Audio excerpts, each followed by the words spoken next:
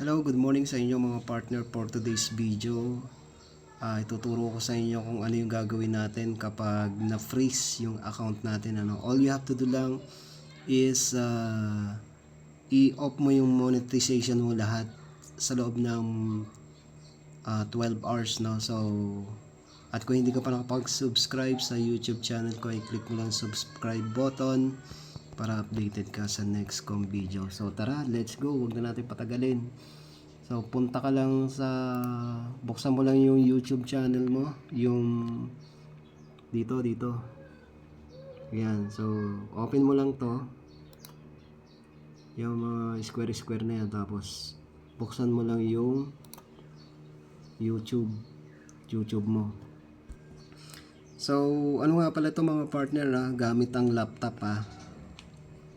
So kapag nabuksan mo ng ganyan, lumabas na, puntahan mo yung itong picture mo. Punta ka dito sa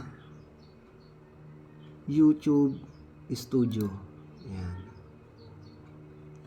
So YouTube Studio, tapos i-click mo lang tong content.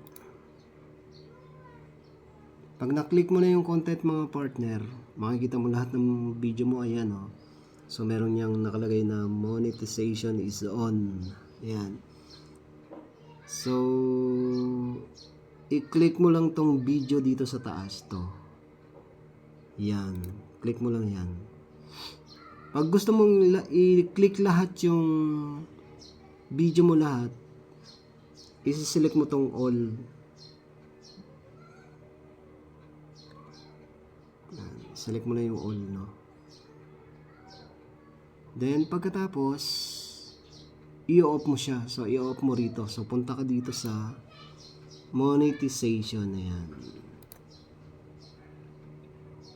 May makikita ka ritong naka-on. So ang gagawin mo, i-off mo lang. So hindi ko na i-off kasi ginawa ko na So yun lang mga partner,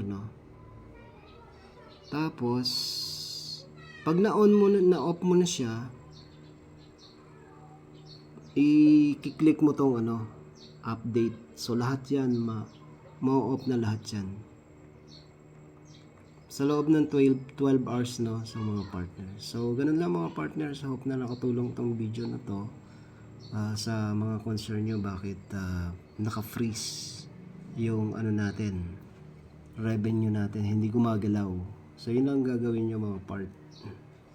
So sa mga hindi pa nakapag-subscribe, please subscribe my YouTube channel at pa-click na rin ng ring bell.